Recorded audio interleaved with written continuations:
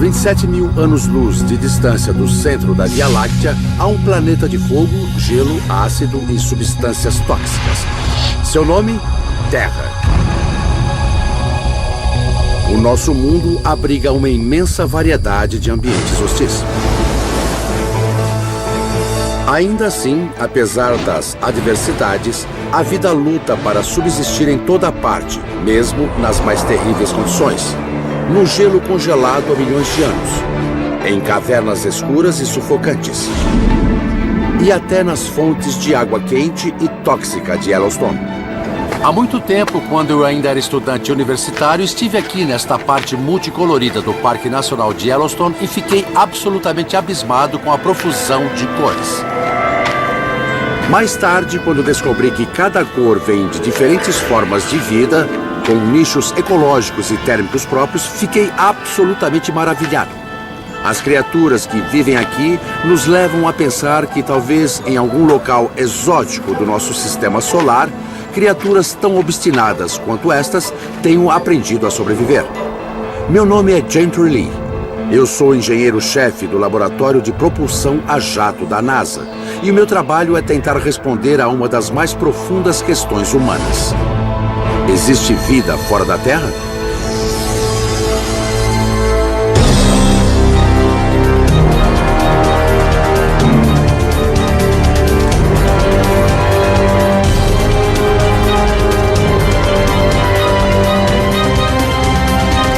A vida no Sistema Solar.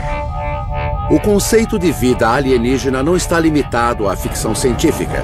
Existem cientistas que acreditam que este é o único planeta no vasto universo, onde a vida se formou e se desenvolveu. Eu não sou um deles. Tenho certeza absoluta de que existe vida fora daqui. Mas para encontrar vida na imensidão do espaço, os cientistas precisam começar por algum lugar. Nós partimos do princípio fundamental de que devemos começar observando a vida como a conhecemos. Toda forma de vida na Terra tem origem em uma fonte universal: a água líquida. A água deu origem a toda a forma de vida do nosso planeta, e agora que vamos começar a investigar os outros planetas, nada mais natural do que começar pela água. A fórmula para equacionar a questão da vida no universo é seguir a água. Mas a maior parte do universo é um beco sem saída, lugares muito adversos, mesmo para a água líquida. Se pesquisarmos o sistema solar, alguns lugares serão imediatamente descartados de qualquer possibilidade de vida. Vênus é basicamente o conceito judeu-cristão do inferno. Sua temperatura gira em torno de 480 graus Celsius. Se algum ser humano for para lá, zap! Desaparecerá imediatamente, será totalmente queimado. Mercúrio é quente demais de um lado, gelado demais do outro e muito árido. Porém, em alguns mundos do nosso sistema solar, encontramos evidências de vida. Mas nesses lugares, a vida teria de resistir a ambientes hostis. Lugares com temperaturas extremas, gases tóxicos e intensa radiação. Hostis demais para vidas complexas como de animais e plantas, esses mundos poderiam abrigar uma biologia microscópica. Sempre me perguntam qual é a importância de descobrir um micróbio fora da Terra. Eu sempre respondo que seria a maior descoberta científica na história da humanidade. Por quê? Por sugerir que o céu pode estar abrigando todo tipo de vida.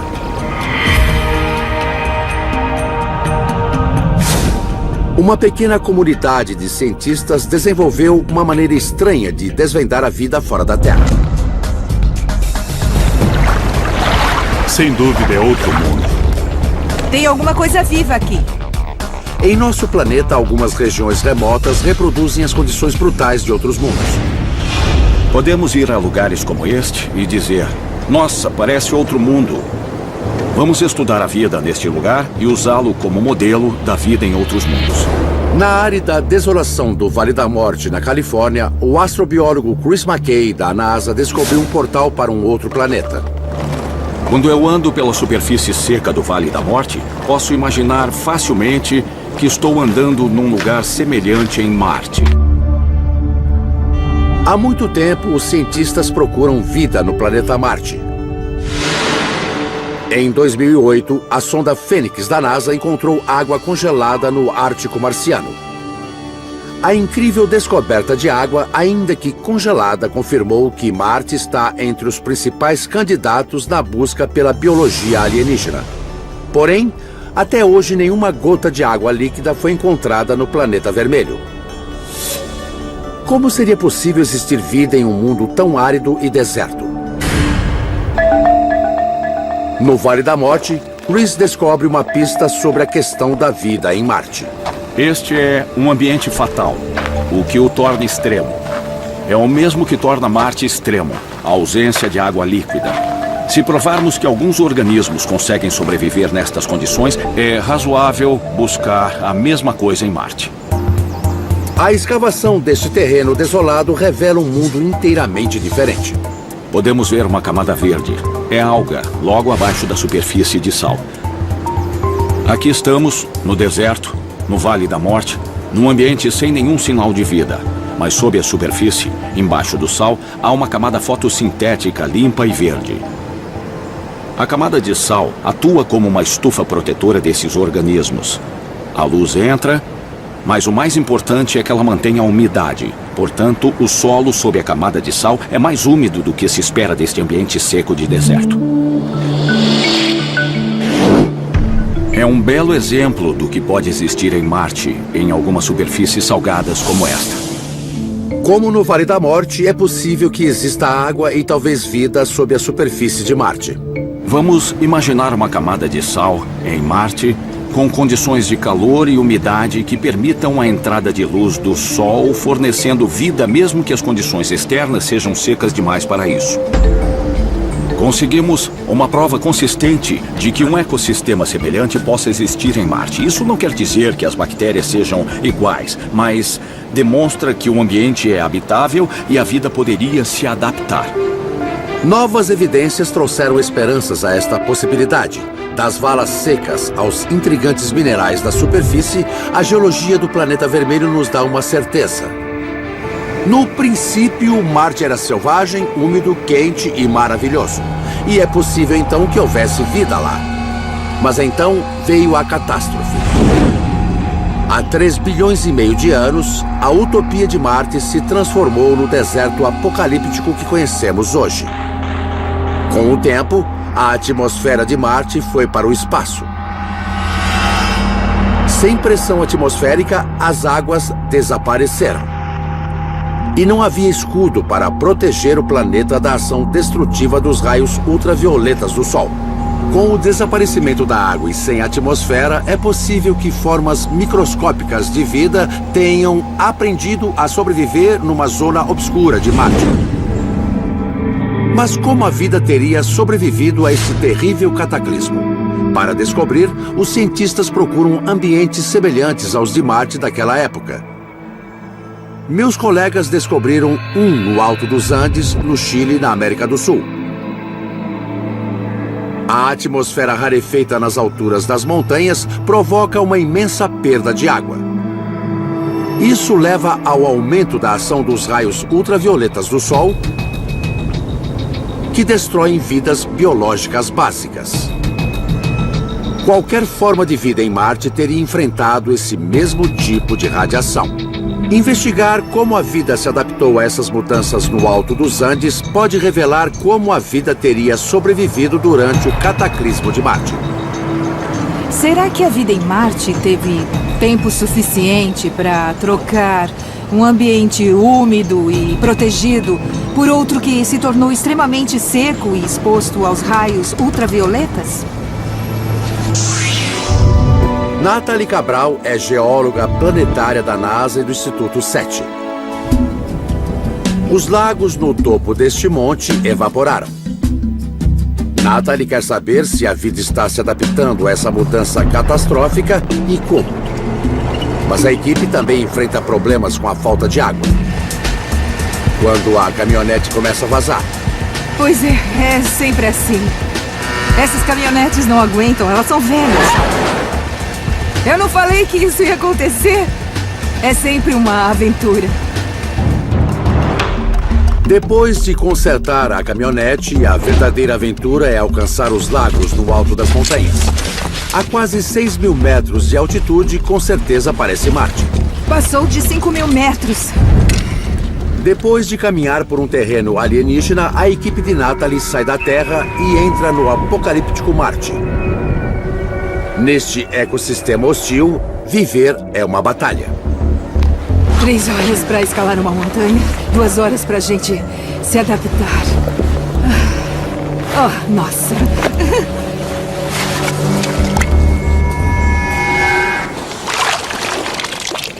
Eu não acredito. Tem alguma coisa viva aqui.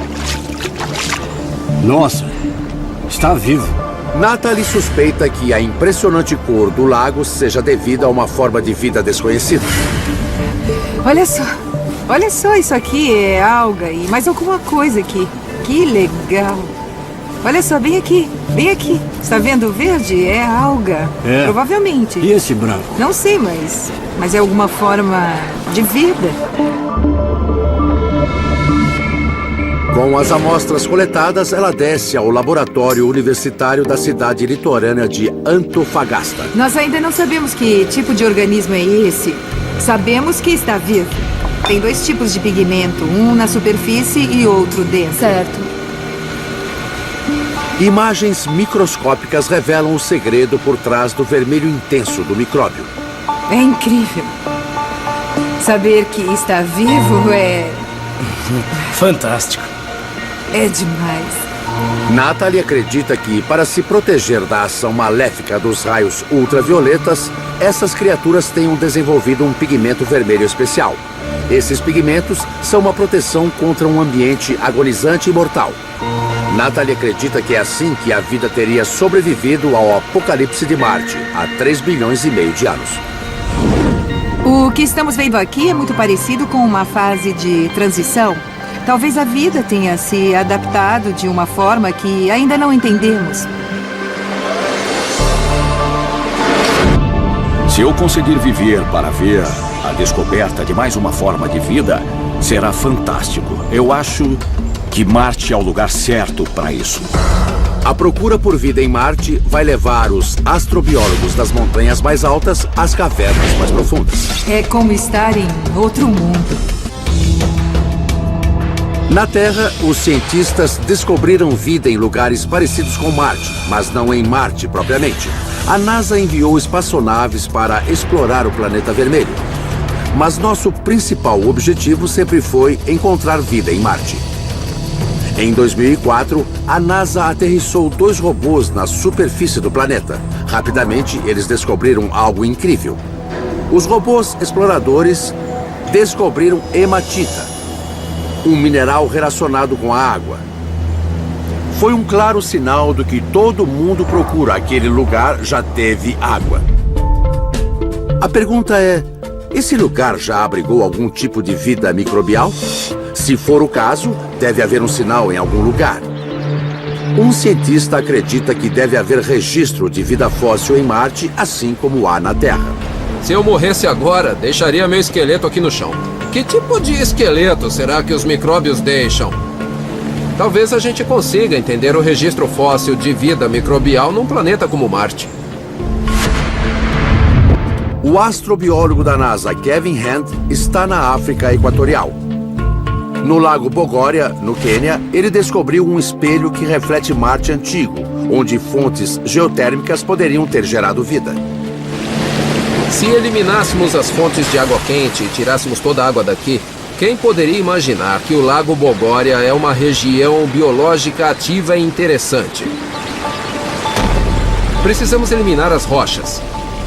Aqui está a vida que ajudou a formar estas estranhas estruturas que encontramos próximas a estas águas quentes. Micro-organismos vivos consomem e expelem materiais da rocha, remodelando continuamente as pedras. Estas pedras são o registro de vida fóssil no Lago Bogoria. Se continuarmos a pesquisar em Marte, quem sabe um dia não encontremos pedras iguais a estas. Mas, para provar alguma influência biológica, os cientistas precisam examinar de perto. Isto aqui é biologia, mas podemos passar para geologia. Em Marte temos a geologia, mas a questão é conhecer a história das pedras para saber se houve ou não vida em Marte no passado. Essa história pode ser desvendada com análises químicas. O sonho de todo astrobiólogo é encontrar isto em outro planeta. Vida de verdade. Usando um espectrômetro, Kevin procura semelhanças químicas entre os micróbios vivos e as pedras. É um espectro muito bom. Ao estudar os espectros, a composição química e as características tanto deste quanto deste, espero conseguir estabelecer uma ligação entre o registro geológico e a influência biológica. Se de alguma forma conseguirmos descobrir traços químicos no interior de pedras como estas em Marte, teremos fortes evidências de que houve vida em Marte. Será que seremos capazes de ver estruturas como essas na superfície de Marte e dizer que em alguma época havia fontes de água repletas de vida? Esse é um dos desafios que enfrentamos na astrobiologia. A dificuldade que temos em encontrar evidências de vida em Marte se deve ao fato de sua superfície ser reativa. É como alvejante. Precisamos ir a algum lugar onde o material daquela época esteja preservado e protegido. Acreditamos que esses resíduos químicos estejam protegidos dentro das pedras. Um novo robô explorador é mandado a Marte. A próxima grande missão exploratória em Marte será o Laboratório Científico de Marte. Será a mais ambiciosa de todas as missões. Vamos aterrissar um robô do tamanho de um carro na superfície. Esse veículo revolucionário irá perfurar as rochas marcianas para identificar evidências químicas de vida enterradas nas rochas. Evidências geológicas sugerem que essas pedras são locais promissores, mas podem não ser o único lugar. A única limitação do laboratório de Marte é não ir muito além da superfície. A melhor maneira de desvendar o mistério da vida em Marte é penetrar bem abaixo da superfície do planeta. Em 2007, o Odisseia a Marte conseguiu um avanço quando imagens de alta resolução revelaram enormes buracos na superfície de Marte. Os geólogos acreditam que podem ser entradas de cavernas subterrâneas que sopraram de antigos vulcões e túneis de lava. Uma microbióloga acredita que atualmente as profundezas de Marte contêm não só resquícios de vida, mas elementos ainda vivos. Eu acredito firmemente que vamos encontrar vida em Marte. Acho que nós ainda não procuramos nos lugares certos. Diana Northrop, da Universidade do Novo México, descobriu elementos alienígenas na caverna da Spider, no Novo México. Evidências que podem demonstrar que a vida teria sobrevivido nas profundezas de Marte. Quando as condições se tornaram difíceis na superfície de Marte, a vida pode ter escapado para as profundezas, para ambientes iguais aos de cavernas como esta. Meus colegas homens acharam que eu não conseguiria passar por este lugar, o Castrador. Nestas passagens escuras, há água suficiente para a vida microbial. Mas a vida precisa mais do que água. Precisa de energia para metabolizar e reproduzir. A vida na superfície recebe energia do Sol, mas nestas cavernas escuras, não há luz no fim do túnel. Quem vive numa caverna não pode contar com a luz do Sol. Precisa encontrar outros meios para obter energia. O que parece totalmente sem vida, na verdade, é rico em grupos de bactérias. Elas têm a capacidade de utilizar fontes de energia das pedras. São aquilo que chamamos informalmente de comedoras de pedra. Nesse vermelho intenso há muito óxido de ferro. E como sabemos que há ferro em Marte, procuramos micro-organismos que usam o ferro como fonte de energia. Sem a luz do Sol, essas criaturas sobrevivem tirando energia das pedras ferrosas. As mesmas pedras encontradas em Marte. O que nós vamos fazer é capturar alguns desses pequenos micróbios aqui. Sabemos que há organismos aqui que conseguem sobreviver em condições extremas, raios ultravioletas e ciclos de frio e calor, condições que simulam as de Marte. Diana acredita que se os micro-organismos conseguem se adaptar aqui embaixo, então é possível que se adaptem em Marte, além de outros planetas. Se formos a Marte e encontrarmos vida, muitos outros lugares do universo também poderão ter vida. E se conseguirmos encontrar um único exemplo de vida gerada longe da nossa, mesmo que esse exemplo esteja morto, isso provará que a origem da vida é um fenômeno comum. Para encontrar vida em outros mundos, os cientistas tentam entender primeiro como a vida começou na Terra. Um microbiólogo vai voltar no tempo para revelar a misteriosa origem da vida na Terra. Sem dúvida, é outro mundo. Qual é a dificuldade de uma vida começar e se desenvolver? Desvendar esse mistério pode ajudar a descobrir se há vida em outros lugares do universo. O grande mistério da origem da vida é saber como a vida fez a transição de química para biológica. Infelizmente, não sabemos como a vida começou na Terra. Mas há evidências de que começou muito cedo. O registro fóssil da Terra sugere que a vida começou há cerca de 4 bilhões de anos. Apenas 500 milhões de anos depois da formação do nosso planeta. Não havia oxigênio e o ambiente na Terra era tão letal quanto os de Vênus, Mercúrio e Marte são hoje. Não era nenhum paraíso.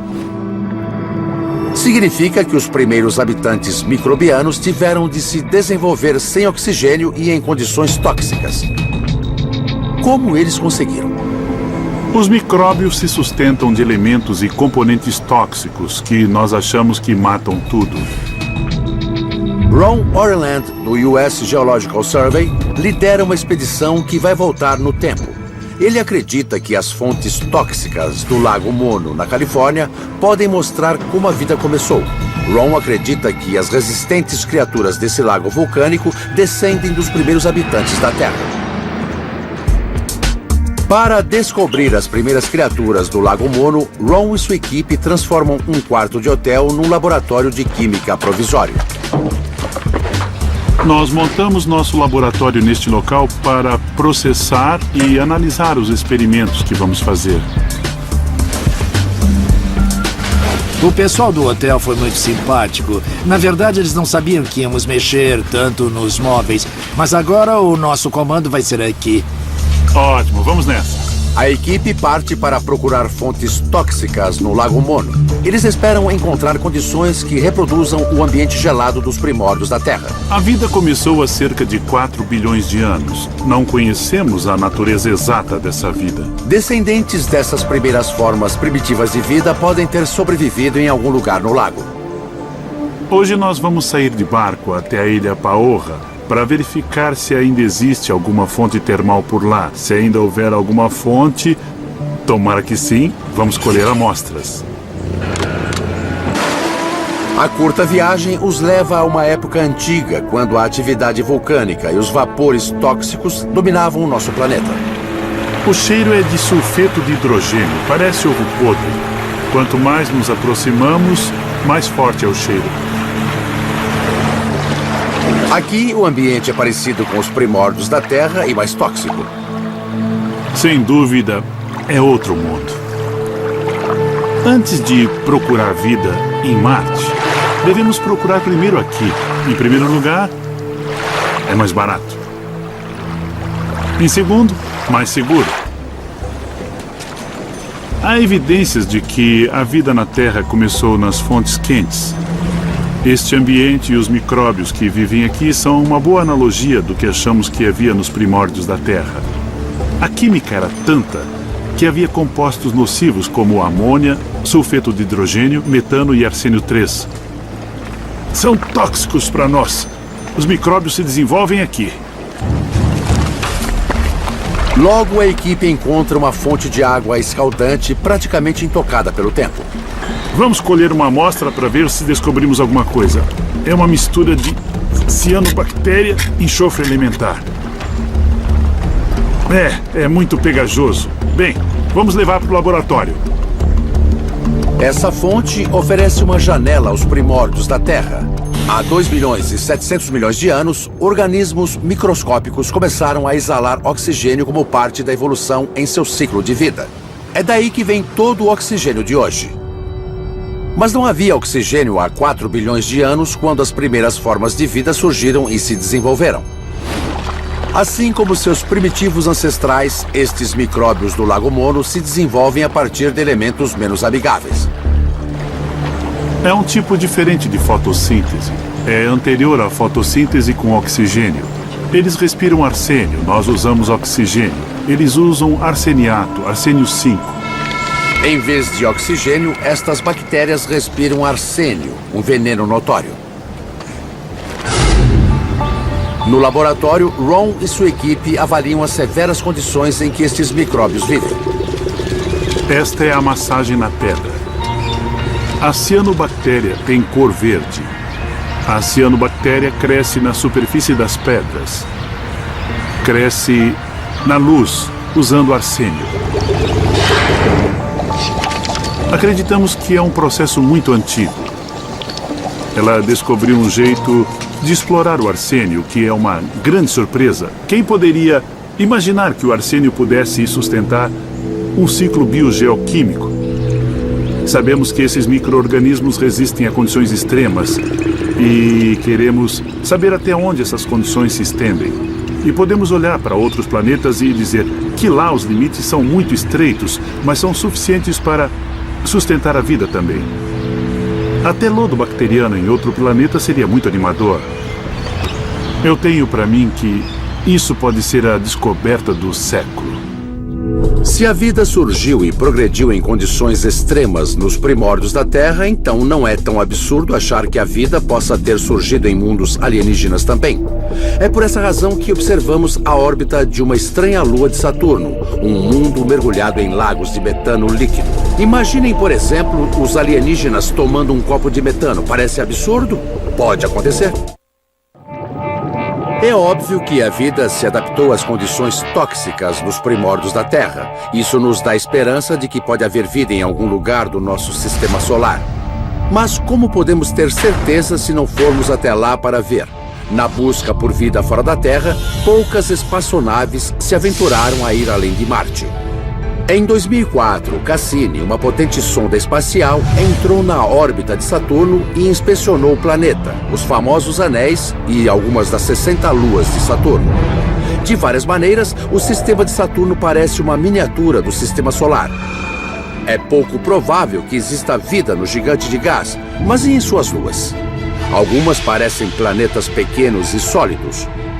A investigação que Cassini fez nos satélites de Saturno confirmou que Titã é incrivelmente parecido com a Terra.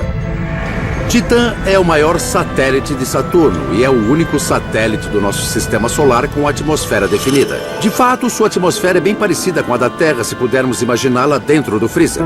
Mas a atmosfera congelada de Titã é tão densa que escurece completamente a superfície. Pode o terreno encoberto de Titã ser um refúgio para a vida? Em janeiro de 2005, Cassini depositou a sonda Huygens na superfície e ela capturou imagens fantásticas de um mundo alienígena que inclui água solidamente congelada. A temperatura na superfície de Titã fica algumas centenas de graus abaixo do ponto de congelamento. Nessa temperatura, o gelo é tão duro quanto essas pedras aqui à nossa volta. A superfície hostil de Titã está cheia de água, mas é absolutamente congelada. O problema de acreditar que há vida em Titã é que nós somos terráqueos, somos radicais, principalmente em termos de temperatura, e, portanto, não nos permitimos imaginar que pode haver vida em Titã. Contudo, Chris McKay acredita que descobriu um jeito, na Islândia. A Islândia é chamada de Terra do Gelo e do Fogo. Talvez em Titã também haja esse mesmo contraste, gelo e fogo. É possível que em algum lugar de Titã haja água líquida na superfície.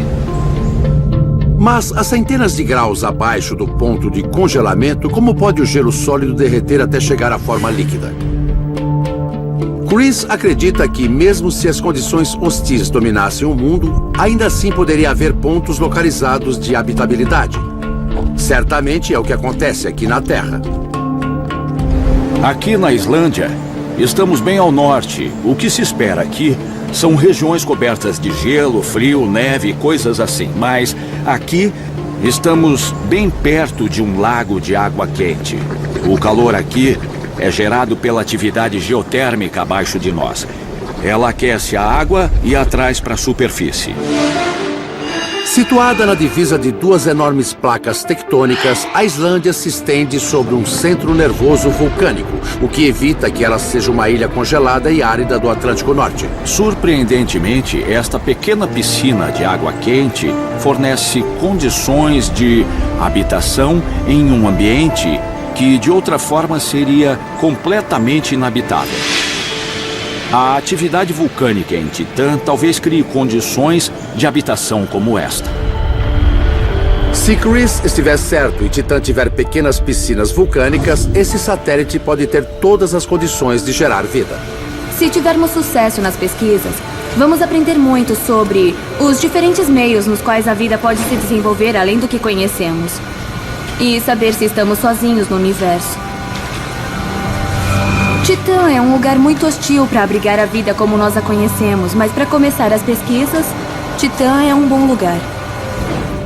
Catherine Nish é cientista planetária da Universidade do Arizona. Ela acredita que as substâncias fundamentais necessárias para gerar vida em Titã literalmente caíram do céu.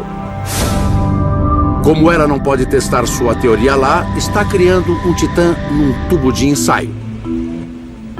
Para ser gerada, a vida necessita de condições e ingredientes certos. Esses ingredientes consistem em complexos de moléculas de carbono chamados de orgânicos.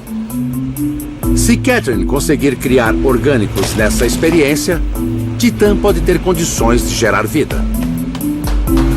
O que temos aqui é dióxido de carbono congelado. Em Titã, o gelo é diferente, é água congelada. O gelo de dióxido de carbono produzirá as temperaturas negativas na atmosfera de Titã.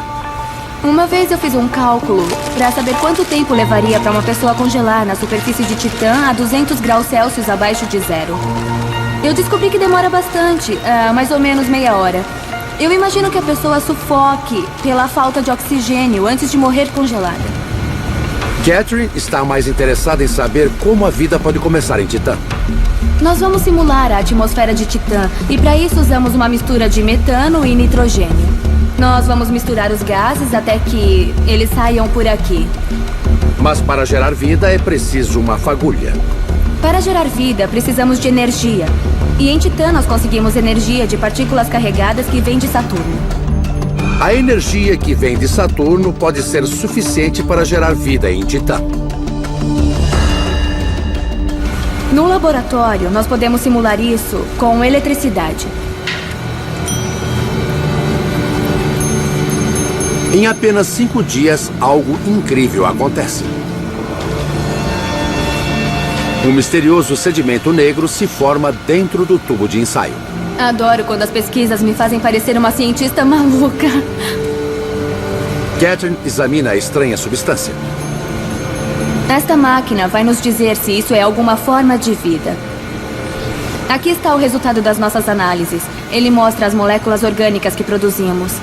Aqui está a fórmula química de todas as moléculas da amostra. O sedimento é feito de moléculas orgânicas, as precursoras da vida. Apesar de não estarem vivas ainda, é um primeiro passo vital.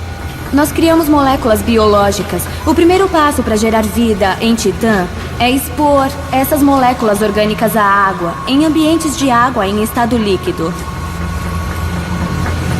Se a experiência de Catherine for uma reprodução precisa de Titã, então é possível que algumas dessas moléculas orgânicas se formem em sua atmosfera e caiam na superfície. Imagine isso num lago em Titã, onde haveria todas as condições de vida. Poderia ser um ambiente habitável num mundo normalmente congelado e frio. Mesmo nessa lua gelada, a vida pode ter materiais químicos e orgânicos e a água necessária, abrindo caminho para a química se tornar biologia. Nesse ambiente rico, onde há toda a química necessária para produzir vida de muitas e muitas maneiras, alguma coisa deve ter acontecido. Um cientista acredita que a vida em Titã seria tão estranha que romperia as leis fundamentais da biologia. Os cientistas vão aos lugares mais estranhos e hostis da Terra, à procura de criaturas microbiais que vivem no limite da existência. O que se descobriu sobre a vida nesses lugares nos leva a crer que pode haver vida em Titã, a lua de Saturno. É a única lua que tem uma atmosfera densa. Na verdade, é muito parecida com a atmosfera da Terra. Mas no lugar do oxigênio, a atmosfera de Titã contém um gás nocivo, o metano. Pode a vida proliferar no metano em lugar do oxigênio? A vida pode sobreviver no metano. Já aconteceu antes no nosso sistema solar. Bem aqui na Terra, há bilhões de anos, antes de a bactéria exalar oxigênio na nossa atmosfera, sabemos que o metano impregnava o ar. Ron Oreland está de volta ao Lago Mono. Desta vez, ele vai procurar micro-organismos que respiram metano. Estamos procurando micróbios que se desenvolvem no metano, na ausência de oxigênio. Isso abriria a possibilidade de haver vida em Titã. Se ele encontrar organismos que respiram metano no ambiente tóxico do Lago Mono, terá mais uma evidência de que a vida em Titã é possível. Nesta viagem, ele não está apenas seguindo a água, está seguindo o metano também. Se observarmos bem, vamos ver algumas bolhas. São formadas por gás. Estão vendo bolhas ali? Ele encontrou metano borbulhando com a atividade vulcânica debaixo do lago. Para encontrar criaturas vivendo no meio do metano, ele precisa de uma amostra do lodo próximo às bolhas de gás. Mas pisar no lago a 65 graus Celsius não vai ser agradável. Esses sedimentos estão quentes porque estamos numa região geotérmica. É menos agradável ainda para a equipe. Nós batizamos este lugar de Angra Speed em homenagem ao nosso corajoso líder, o Dr. Oreland. Vamos fazer uma vaquinha e comprar uma roupa de mergulho para ele. Au! O conteúdo dessas amostras irá revelar se há criaturas que resistem a esse ambiente rico em metano. Nesse lodo quente, provavelmente existem micro-organismos que estão aqui há cerca de 3 bilhões e meio de anos.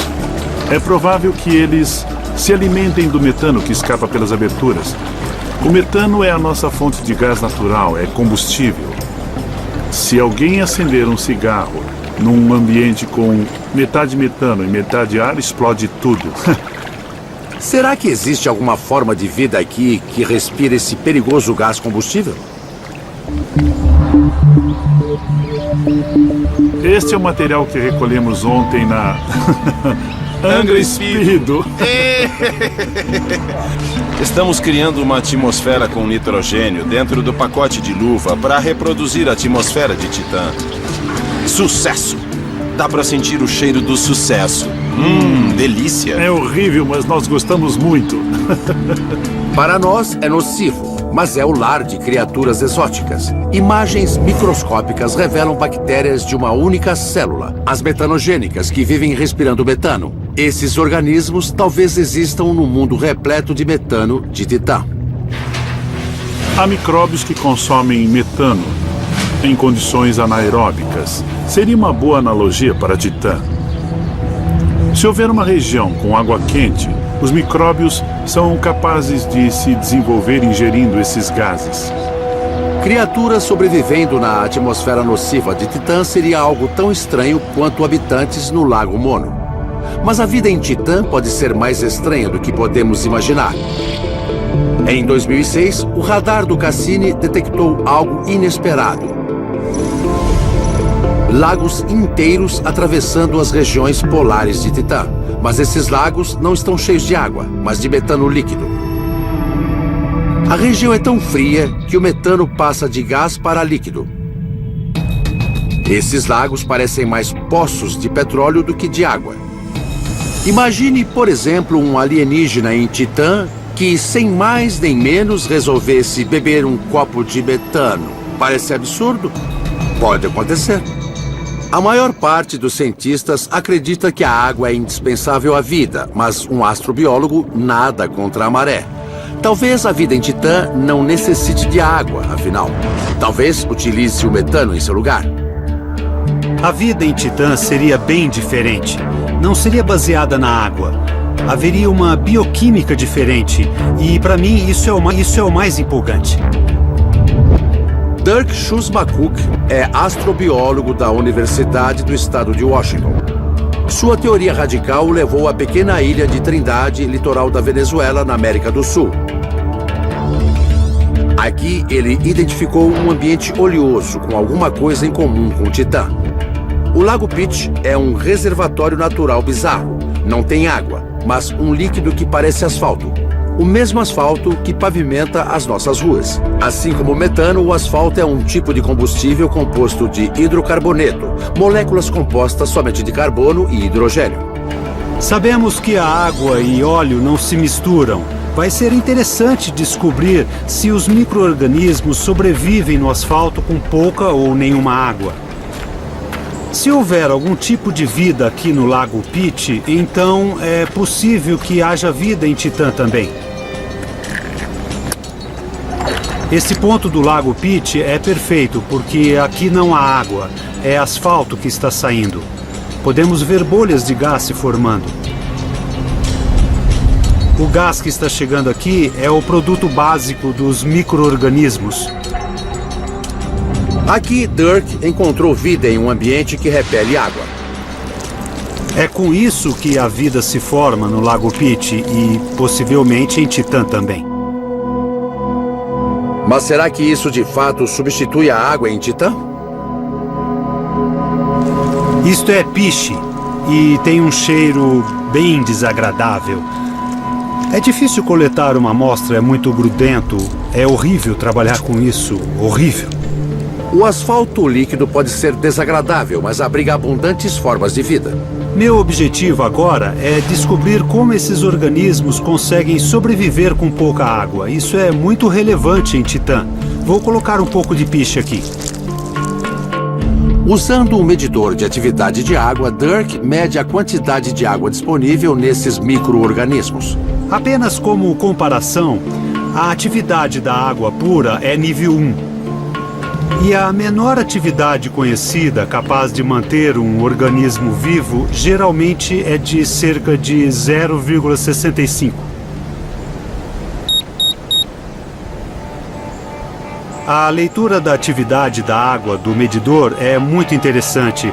Está mostrando 0,5. Isso significa que a vida consegue subsistir praticamente sem água.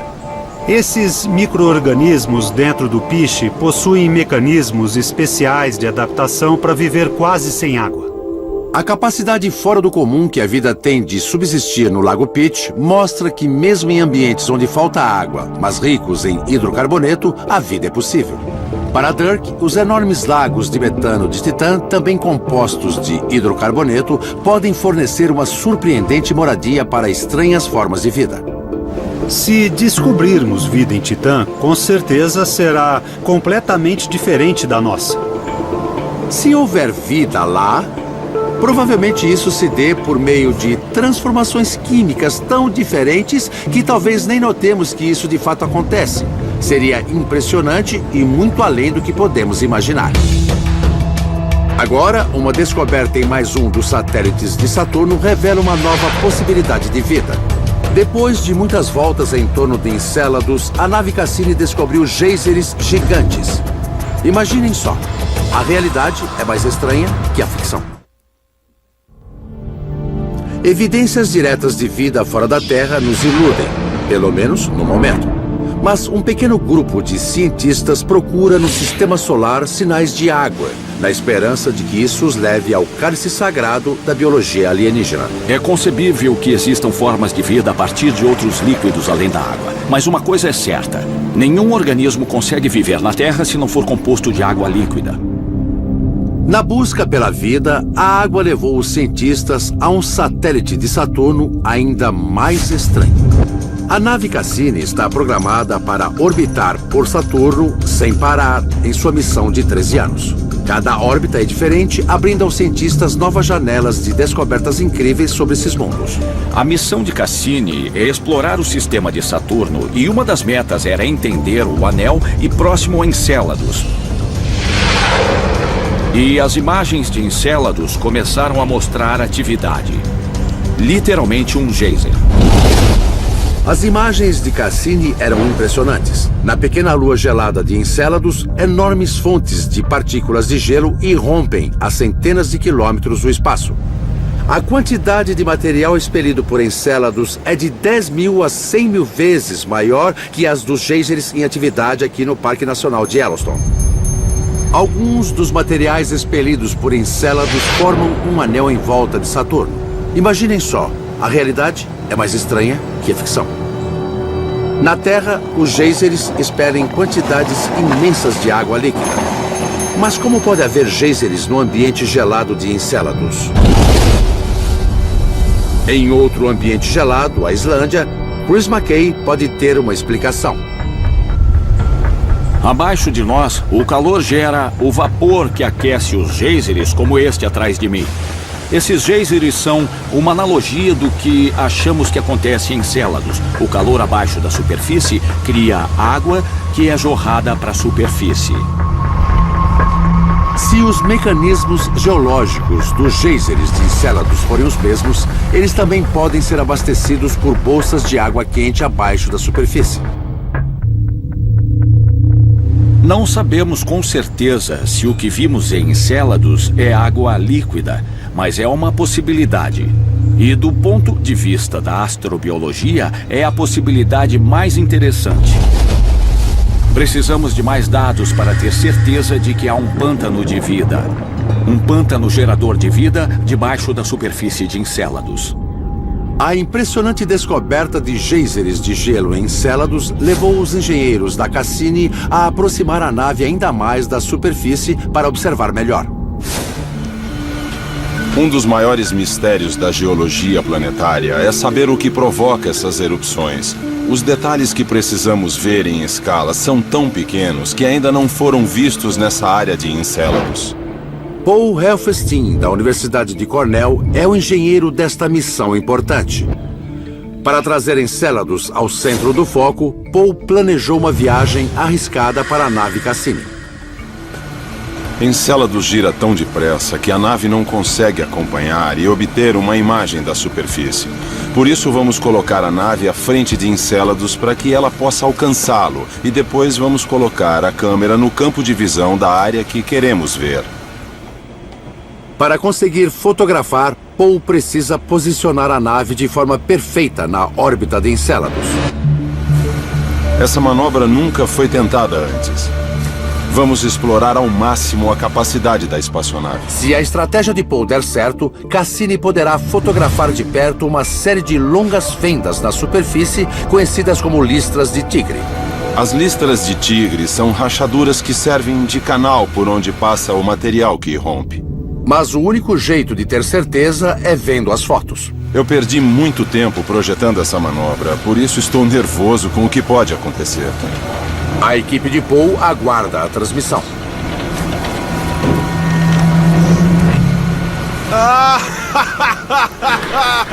Conseguimos! Que maravilha! Olha só!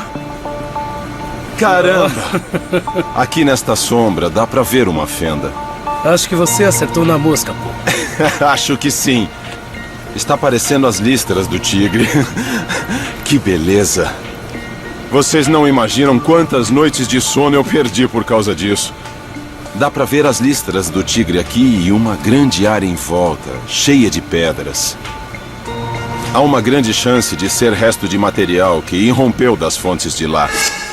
Com Encélados no centro do foco, essas incríveis imagens detalhadas são a melhor prova de que o material de fato irrompeu das listras do tigre. Isso é sensacional. Indica que está havendo atividade neste momento. Mas as imagens não são os únicos dados extraordinários que Cassini transmitiu. Os espectrômetros da nave descobriram algo incomum. Nós medimos com muito cuidado o calor que sai da superfície de Encélados e nas listras do tigre é muito mais quente do que fora delas. Esse dado novo é uma prova concreta de que o calor é gerado debaixo das listras do Tigre, talvez tão quente que consiga derreter o gelo subterrâneo e criar verdadeiros mares de água líquida. Essa evidência é uma prova positiva de que, pelo menos geologicamente, Encéladus está bem viva. Mas a dúvida continua. Como se explica esse calor fora do comum nessa pequena lua congelada? As pistas podem estar na Terra. Para uma cientista, as listras do Tigre se assemelham a campos de lava. As características que vemos em algumas regiões de Encélado são parecidas com os campos de lava que temos aqui na Terra. Sarah Fagans é vulcanóloga da Universidade do Havaí. Ela está investigando a base do Monte Kilauea, no Havaí, onde, igual a Encélados, um enorme calor geotérmico está virando tudo de cabeça para baixo. A mesma coisa pode estar acontecendo em Encélados, onde, em lugar da lava e das pedras, há água líquida quente embaixo da crosta de gelo. Onde há energia e água líquida, há chance de vida. Isso faria de Encélados um dos poucos corpos do sistema solar que contém água líquida. Um dos requisitos fundamentais para o desenvolvimento de formas de vida. Uma das grandes questões associadas a isso é se há água e calor, será que também pode haver vida? Na Terra, onde há calor e água, geralmente há vida. Essas criaturas teimosamente se agarram em seus nichos ecológicos. É possível que algumas características parecidas existam em Encélados. Encélados é uma nova e forte possibilidade de vida. Mas há outro satélite gelado orbitando outro gigante de gás, Júpiter.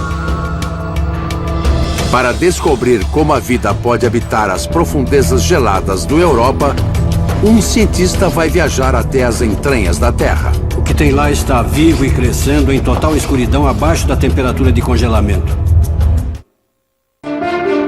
Os cientistas pesquisam nos lugares mais hostis da Terra na esperança de descobrir vida no limite da habitabilidade. Essas expedições revelaram estranhas formas de vida que sobrevivem em condições extremas, trazendo esperança de que a vida pode sobreviver em condições extremas de mundos alienígenas. Júpiter, o gigante de gás, é o maior planeta do Sistema Solar.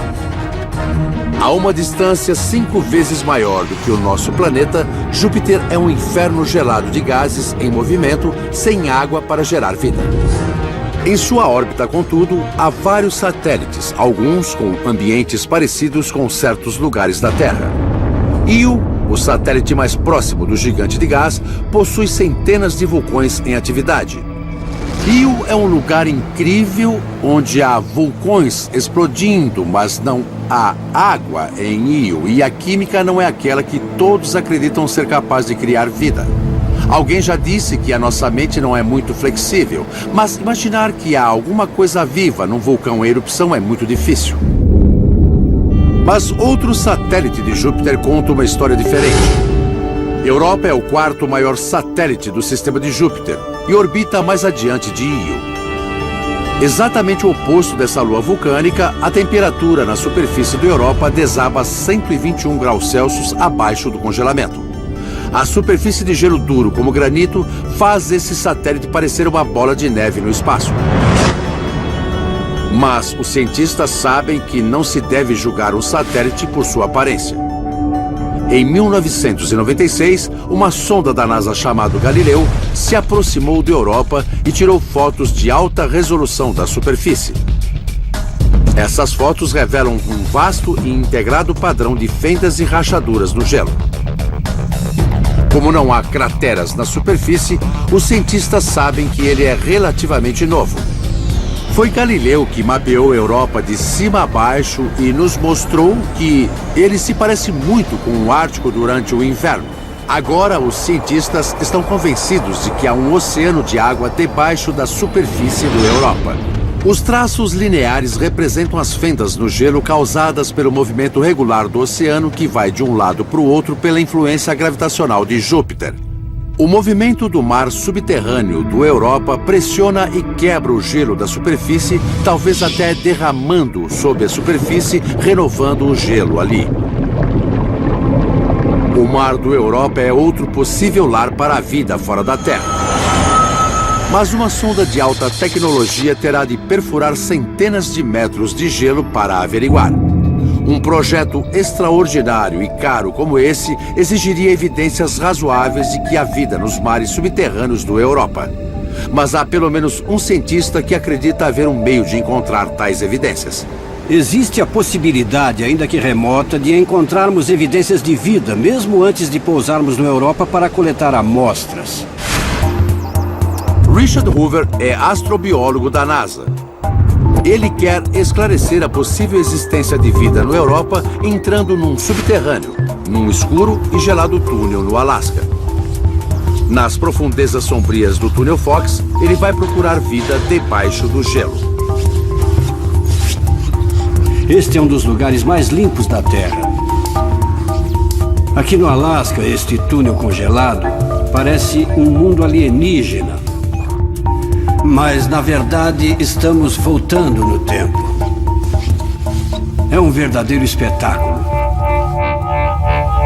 Esse gelo se formou há aproximadamente 35 mil anos. E, naquela época, mamutes enormes e tigres dente de sabre eram os animais que perambulavam na Terra. É uma verdadeira máquina do tempo. No gelo do Europa, as condições devem ser bem parecidas com as que temos aqui no túnel Fox. Nesta caverna escura, Richard pode ver o que cresce debaixo do gelo. A luz ultravioleta expõe as criaturas vivas que colonizam vastas comunidades no gelo. Apesar do ceticismo de alguns que acham impossível haver vida em total escuridão e a 4 graus negativos, podemos ver na luz ultravioleta a pigmentação de organismos vivos. Estão vivos e crescendo. Os pigmentos desses micróbios reagem à luz ultravioleta. O método de Richard pode ser uma nova maneira de detectar vida no Europa. É muito animador, porque se de fato podemos usar esta técnica no gelo da Terra, se usarmos laser ultravioleta de alta intensidade, talvez possamos estimular pigmentos biológicos caso haja algum no gelo do Europa. Além de ter descoberto vida em condições similares às do Europa, Richard mostrou que o ultravioleta usado numa futura missão poderá expor sinais vitais de vida sem necessidade de perfurar a superfície do Europa. Se detectarmos algum ponto com calor biológico, Richard acredita que deve haver um meio de coletar amostras vivas do Europa. Na geleira Matanuska, no Alasca, ele testa sua teoria. As camadas de gelo polar da Terra são lugares onde podemos estudar os micro-organismos que vivem no gelo e conseguem sobreviver por longos períodos de tempo. As escavações de Richard questionam uma das suposições fundamentais sobre a vida. Durante muito tempo, se pensou que não poderia existir vida no gelo. Mas se descobriu que há micro-organismos nas camadas de gelo profundas. E muitos ainda estão vivos, apesar de estarem congelados há mais de 100 mil anos. Por incrível que pareça, esses micro-organismos ressuscitam quando descongelam. Quando eu derreti o gelo e vi as bactérias nadando, foi uma sensação incrível. Fiquei realmente muito empolgado. Neste saco plástico há muitos micro-organismos vivos. Isso mostra que pode haver seres microscópicos no gelo sólido do Europa. É possível conseguir evidência de vida apenas coletando amostras da superfície do gelo, assim como fizemos aqui na geleira Matanuska, sem que houvesse necessidade de perfurar o gelo para atingir os mares subterrâneos. É perfeitamente possível que micro-organismos estejam preservados e mesmo vivos dentro do satélite Europa. Os céticos acham que encontrar vida fora do planeta Terra é muito controverso. Só que esses céticos não são microbiólogos. Algum dia, a técnica de Richard poderá desvendar o mistério da vida na Europa, desde que haja vida lá. Qualquer forma de vida que consiga sobreviver nos mares do Europa ou dentro do gelo teria de vencer obstáculos terríveis. De onde tiram a energia? O gelo do Europa impede que a luz chegue ao seu interior. Como um ser vivo dos mares escuros do Europa obtém energia necessária para sobreviver? Ficar sentado no conforto do laboratório, contemplando a teoria, não vai solucionar a questão. É preciso enfrentar o frio e o vento, lugares onde a vida está no limite. Do outro lado do planeta, Kevin Hand está quase alcançando esse limite. Estamos enfrentando um ambiente extremamente hostil.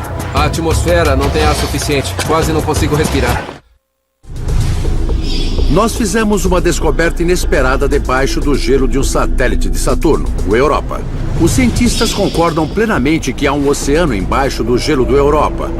Mas há muitas divergências quanto à possibilidade de existir vida de fato naquele ambiente. Isso porque só água não é suficiente. A vida precisa de energia. As plantas na Terra recebem energia por meio da fotossíntese do Sol. E quando não há sol, a vida consegue subsistir. Como a camada de gelo que cobre o Europa é muito grossa, se houver algum ser vivo nos mares abaixo da superfície, ele não estará exposto à luz do sol. É improvável que um suposto ecossistema ali seja baseado na fotossíntese. Em vez disso, a energia que permitiria a existência de vida no mar subterrâneo teria que vir de reações químicas, uma energia química. Um cientista vai tentar descobrir como a vida no Europa consegue a energia química necessária. Quando me perguntam se concordo com a possibilidade de existir vida no Europa, a minha resposta é sim. Mas a grande questão é saber se existe alguma fonte de energia naquele oceano abaixo da superfície que permita isso. Para responder essa questão, o astrobiólogo da NASA, Kevin Hand, vai ao Monte Quênia, na África. Essa viagem vai levá-lo a uma rara geleira equatorial com quase 5.000 metros de altitude e ao inesperado paralelo com o gelo do Europa. A face congelada desse satélite é bombardeada pela radiação. Uma parte vem do Sol, mas principalmente de Saturno. Kevin acredita que essa radiação interagindo com o gelo poderia gerar energia química, e essa energia criaria a biologia alienígena nas profundezas do gelo. O topo das geleiras do Monte Quênia também está exposto a altos níveis de radiação. Se Kevin descobrir energia química gerada no gelo daqui, é bem provável que a mesma coisa aconteça no Europa.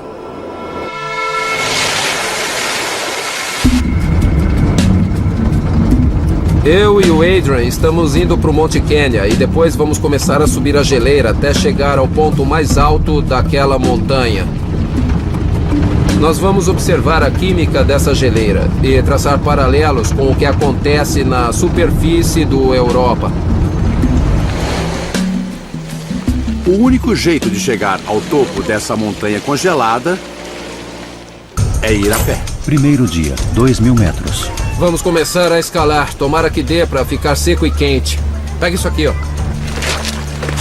Para investigar a energia química do Europa, Kevin e sua equipe precisaram de muita energia. Em apenas 3 dias, eles vão escalar 3.000 metros, percorrendo 40 quilômetros de terreno irregular. Os babuínos dão boas-vindas. Estamos aqui porque consideramos possível a vida em outros planetas. E por isso vamos explorar diversas regiões do nosso planeta. É fantástico. Para resistir a qualquer ambiente, toda forma de vida precisa de recursos, inclusive Kevin e sua equipe. Meu pessoal está mostrando que é muito bom na lama. Se algum ninja atacar, estamos preparados. Segundo dia, 2.600 metros. Na Terra, a complexa vida de animais e plantas se adaptou em seus nichos particulares. As plantas retiram dióxido de carbono, fazem a fotossíntese e liberam oxigênio, criando uma atmosfera de aproximadamente 21% de oxigênio. Todos nós dependemos do oxigênio para sobreviver. Mas para entender a vida fora da Terra, Kevin precisa ir além. E para isso, vai estudar as condições fora do nosso pequeno nicho. Quanto mais alto nós subimos a montanha, maior é a dificuldade que enfrentamos a cada passo que damos. O oxigênio é cada vez mais escasso, porque o ar é mais rarefeito e, com pouco oxigênio na atmosfera, fica difícil respirar.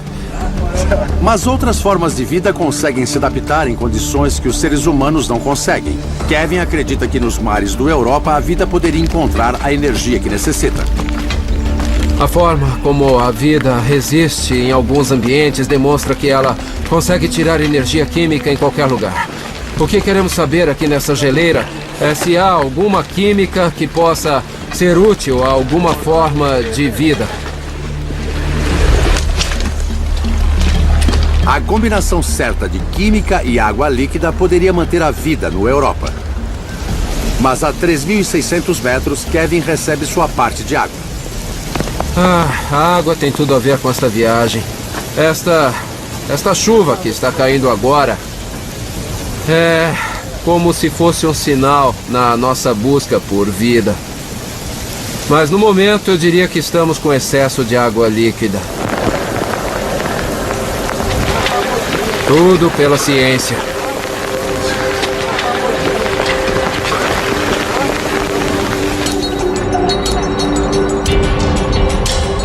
Terceiro dia. A equipe sente a pressão. 3.800 metros. Oi, pessoal! Vamos embora! Vamos!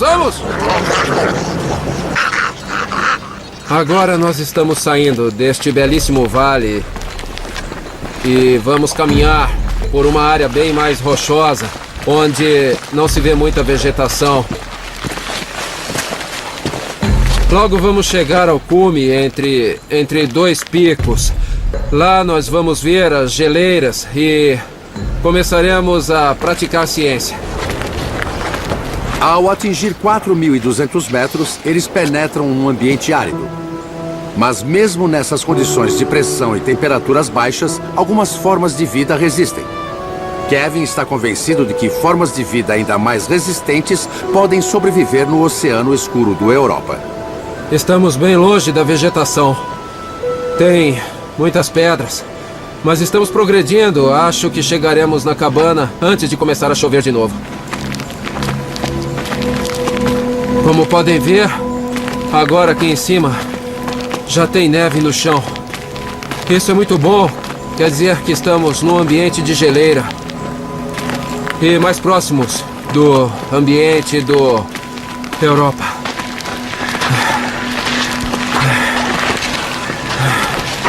Uma cabana espera por eles no topo do Monte Quênia a quase 5.000 metros de altitude.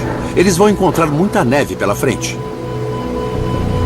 Depois de uma subida praticamente na vertical, o destino se aproxima no alto de uma geleira, onde ele espera descobrir como a vida se alimenta no Europa. Sob uma grossa camada de gelo no satélite de Júpiter, o Europa, há um imenso oceano de água líquida.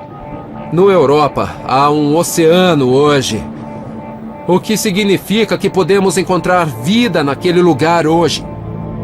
Mas a vida necessita mais do que água, necessita de energia, e a camada de gelo do Europa bloqueia a entrada de luz no oceano sob a superfície. Quando pensamos em vida no Europa, onde não tem luz do sol, precisamos pensar no tipo de elementos que habitam aquele oceano.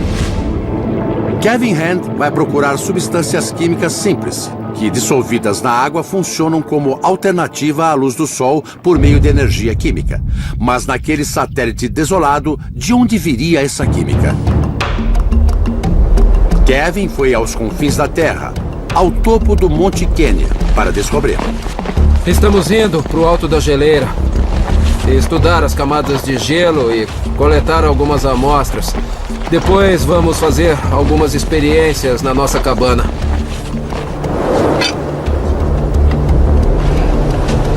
Kevin espera descobrir que a química vital ocorre naturalmente na geleira. Estamos no topo da geleira Lewis, no Monte Canyon. E acabamos de tirar a sorte grande. Vamos examinar algumas camadas que vimos na geleira. É muito emocionante. Dá até para imaginar uma coisa assim na superfície do Europa. Para procurar sinais de vida, nós vamos colher amostras bem ali. Estão vendo? Ali na frente, naquelas camadas mais escuras. A superfície gelada do Europa recebe intensa radiação de Júpiter. Kevin acredita que esse bombardeio pode gerar química energizada no gelo. Química que penetraria pelas frestas e levaria energia ao oceano submerso. O topo do Monte Kenya também é bombardeado por radiação ultravioleta. Estamos no alto, na linha do Equador. Tem muita radiação aqui. Com este detector que vocês estão vendo, eu vou tentar medir a quantidade de energia ultravioleta que está vindo do Sol. Essa radiação pode ter potência suficiente para quebrar o gelo em nível molecular e produzir energia química.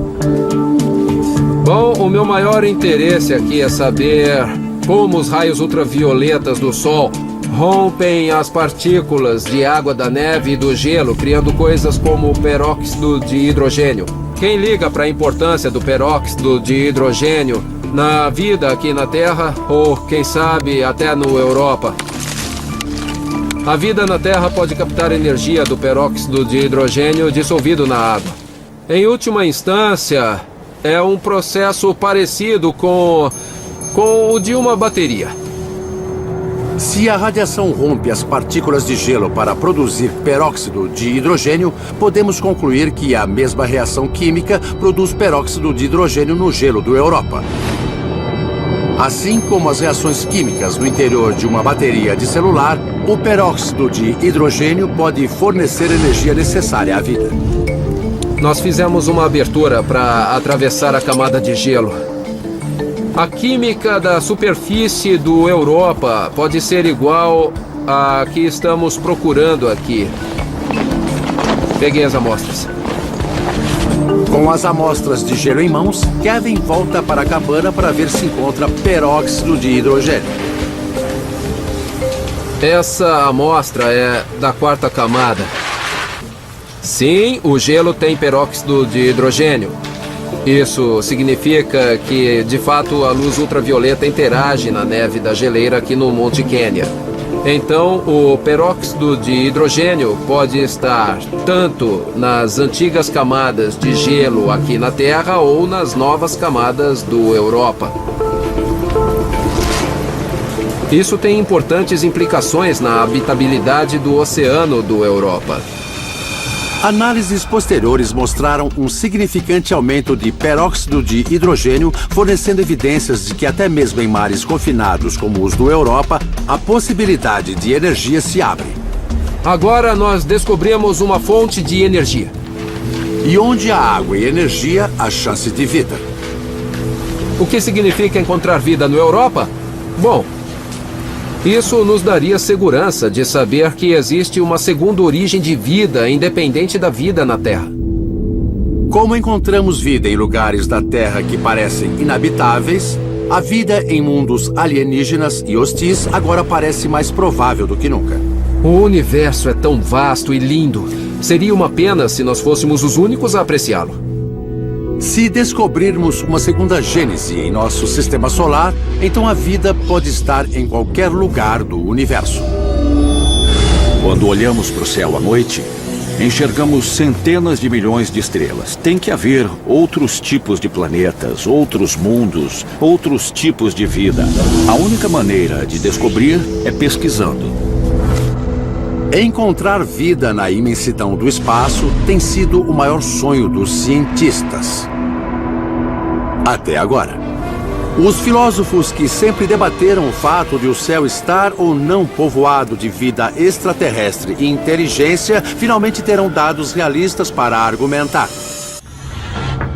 Em outros mundos do nosso sistema solar, a vida talvez subsista nos tênues limites da existência. Em alguma época, Marte pode ter sido úmido e quente, um lugar incrível para a vida se desenvolver. E é inteiramente possível que exista vida debaixo do gelo do Europa, no lixo orgânico da superfície de Titã. e até mesmo nos magníficos geysers que jorram nas listras de tigre de Encélados. Contudo, as sondas que exploraram esses ambientes hostis nos convenceram de que qualquer coisa maior que um micro-organismo é improvável em nosso sistema solar. Mas e nos planetas dos outros sistemas solares? Em 2008, o telescópio Hubble captou pela primeira vez fotos impressionantes de um mundo extrasolar, a 240 trilhões de quilômetros de distância. Essas imagens nos inspiram ainda mais a procurar vida no espaço infinito. Alguns desses planetas talvez abriguem vida complexa, quem sabe até inteligente. Se detectarmos um planeta com vida maior e mais complexa, isso levará a uma nova direção na investigação em termos de procurar vida e entender sua distribuição no universo. Mas para aumentar a possibilidade de encontrar vida em outro sistema solar, primeiro precisamos encontrar um planeta semelhante à Terra. O que torna o nosso próprio planeta tão adequado a gerar vida? Por que a Terra possui uma biodiversidade tão fascinante? Estamos num local extraordinário. Aqui podemos ver a Terra se abrindo. O astrobiólogo da NASA, Chris McKay, acredita que a geologia do nosso planeta faz dele o lugar perfeito para gerar vidas complexas. Ele espera desvendar o mistério da vida fora do sistema solar, na paisagem rochosa da Islândia, onde uma fenda tectônica atravessa a ilha. Aqui, o continente americano está a oeste. A Europa e a Ásia ficam a leste. Estamos bem no meio onde elas se separam umas das outras. Aqui é o começo da história. Se conseguirem imaginar a cena há alguns milhões de anos, verão a Terra se dividindo ao meio. Há milhões de anos, a Islândia sofre com terremotos devastadores e enormes erupções vulcânicas devido à atividade tectônica. As placas tectônicas da Terra se movem e colidem, forçando o afundamento da crosta para o interior, que derrete e se transforma em magma. Ao mesmo tempo, esse magma é lançado pelas erupções vulcânicas, renovando a superfície.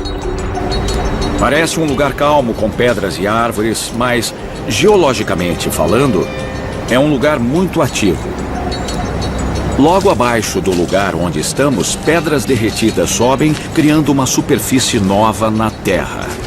Essas pedras representam a pulsação da Terra. A atividade que vemos aqui, a formação de novas pedras vulcânicas, é um mecanismo de reciclagem do nosso planeta. A reciclagem é necessária em pequena escala, assim como em escala planetária. O movimento geológico das placas tectônicas recicla e redistribui a química crucial para a vida. Este musgo não se parece conosco, mas na verdade, em nível molecular, é a mesma coisa. Esta vida, como toda vida na Terra, é feita de material orgânico, de carbono. Se imaginarmos um planeta sem reciclagem, teríamos pilhas de material orgânico se acumulando. E em pouco tempo não haveria carbono para novas formas de vida. É preciso que haja algum processo que recolha e recicle materiais orgânicos antigos. Na Terra, isso é feito pelas placas tectônicas. Sem elas, a Terra seria um planeta gelado e morto. Seria um planeta parecido com Marte. O que faz a atividade tectônica da Terra, que sustenta a vida, prosseguir? Quando se trata da questão de vida nos planetas, quanto maior, melhor. A verdade universal é: tamanho é documento. A cena é única no nosso sistema solar. Na verdade, a Terra é única no nosso sistema. A Terra é o único planeta que tem placas tectônicas que mantêm a habitabilidade. Marte é pequeno demais. A Terra é do tamanho certo. Maior do que Marte, o tamanho da Terra faz de seu interior uma panela de pressão gigante. Apenas os planetas que tenham no mínimo o tamanho da Terra possuem calor interno necessário para se reciclar e sustentar a vida. Se o planeta é muito grande, sua força gravitacional gigantesca impede que as placas se movimentem, impedindo a atividade tectônica. Seu tamanho faz da Terra um planeta único. Felizmente, a galáxia é um lugar grande. Há bilhões de estrelas Há muita assistência planetária e planetas para descobrir. E nós queremos saber se há outros planetas como a Terra. Diretor de um instituto em Harvard que pesquisa as origens da vida, Dmitry Sasselov está no topo do Monte Whipple, no Arizona, onde telescópios vasculham o universo atrás de planetas do tamanho da Terra. Sua equipe acaba de descobrir um planeta a 408 anos-luz de distância. É emocionante descobrir um novo planeta, com certeza. O que vemos neste gráfico é a impressão digital do novo planeta. Essa impressão digital é detectada por meio de uma técnica genial chamada método dos trânsitos. Quando um planeta em órbita passa na frente de suas estrelas, a luz das estrelas é parcialmente bloqueada. O telescópio consegue detectar mudanças quase imperceptíveis na luz. Nas primeiras 3 horas não há mudanças na luz da estrela e de repente ela cai. É quando o planeta em órbita está passando na frente dela. A impressão digital mostra que há um planeta ali. A intensidade do escurecimento da estrela indica o tamanho do planeta. Este é do tamanho de Júpiter. Mas o operador do telescópio, Gil Izquierdo, não acredita que haja vida no novo planeta. Foi perto dessa estrela que a gente descobriu um planeta do tamanho de Júpiter. Júpiter, até onde sabemos, é um planeta relativamente comum, mas não pode haver vida em Júpiter. É uma bola de gás gigante. Dmitry e sua equipe sabem que precisam descobrir outra Terra, mas os telescópios no solo não têm chance de encontrá-la. A razão pela qual os nossos telescópios, mesmo os maiores que temos na Terra, não conseguem ver planetas iguais ao nosso passando na frente das estrelas é devido à atmosfera. Os gases da atmosfera da Terra distorcem a luz de estrelas distantes, impedindo que os telescópios descubram astros pequenos como a Terra. Estamos convencidos de que planetas parecidos com a Terra estão esperando para ser descobertos. Mas como não podemos vê-los, só podemos ficar imaginando se esses planetas escondidos abrigam algum tipo de vida. Mas uma nova missão espacial finalmente irá descer o véu e revelar os planetas gêmeos da Terra. Isso vai mudar completamente o conceito de quem somos e de onde estamos neste nosso universo maravilhoso. Na busca por vida fora do nosso sistema solar, os cientistas detectaram centenas de enormes gigantes de gás. Mas nesses planetas, a vida é impossível. Estamos convencidos de que existem planetas menores como a Terra, mas os telescópios em solo não conseguem vê-los através da atmosfera ou do brilho das estrelas. Mas um novo telescópio está pronto para mudar esse jogo, afastando a atmosfera da Terra do cenário. O principal objetivo do telescópio Kepler é procurar planetas do tamanho da Terra perto de outras estrelas. Ele vai encontrar planetas do tamanho do nosso em zonas habitáveis onde a água é líquida. Nesses planetas, assim como na Terra, deve ser perfeitamente possível o desenvolvimento de vida complexa e possivelmente inteligente. Se nossos modelos atuais de formação de planetas estiverem corretos, até 2013 o Kepler terá identificado entre 150 e 200 planetas iguais à Terra orbitando outras estrelas. Puxa vida! Pense no que isso significa.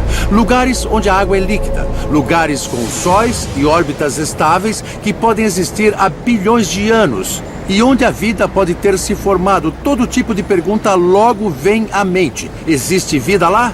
Se existir, como ela é?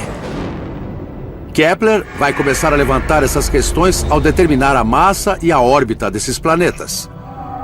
Para responder corretamente essas perguntas, novas observações deverão revelar a composição química desses planetas. Telescópios de solo tentarão corroborar os incríveis resultados de Kepler. Mas esses telescópios precisarão de um enorme aperfeiçoamento.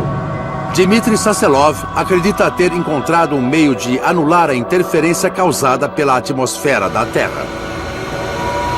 É nesta sala que a mágica acontece. Este é o laser Astrocom. O laser é forte e preciso me proteger. É assim que vamos saber de que são feitos os planetas que o Kepler descobriu. Quando soubermos de que esses planetas são feitos, poderemos falar da química e da possibilidade da existência de vida neles. Para descobrir, o Astrocom vai usar uma técnica chamada de método Wobble. Quando um planeta orbita em volta de sua estrela, sua gravidade atrai levemente essa estrela, fazendo-a oscilar.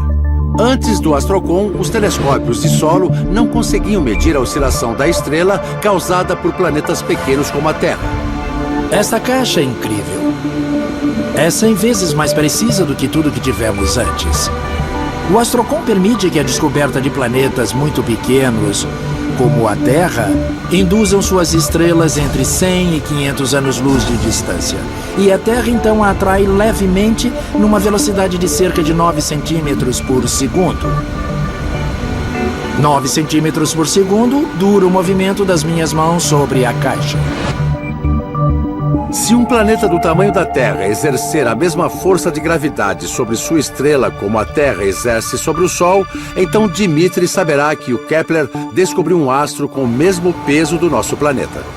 Sabendo disso, podemos determinar se ele é feito de pedra, se é de pedra e água, se é seco, se tem mares.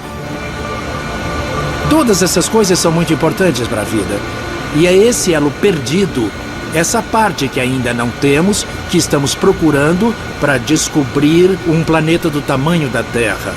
Não só descobrir, mas também estudá-lo. Em poucos anos, o telescópio Kepler finalmente poderá revelar dezenas de planetas como a Terra.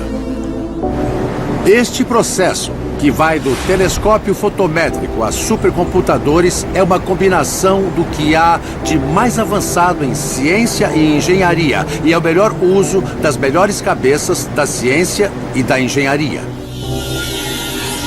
A descoberta de novos mundos que, além da dificuldade extrema de habitabilidade, também são ideais para a vida, são nossa melhor chance de, finalmente, responder às maiores questões da ciência. Se depois de todas as pesquisas concluirmos que a vida na Terra é, de fato, a única que existe, será uma descoberta importante e profunda. Mas eu ainda acredito que há vida no espaço. Os filósofos que sempre debateram se de fato a Terra é única, ou se o céu está ou não povoado de vida extraterrestre e inteligência, finalmente terão dados realistas para argumentar. E então a pergunta que será feita pela religião, pela filosofia e pela ciência será a mesma. Estamos sós? Este nosso planeta maravilhoso é o único que tem capacidade de sustentar a vida, ou a vida está em toda a parte e nós somos apenas a manifestação de um fenômeno que está espalhado por todo o universo? Versão brasileira Vox Mundi.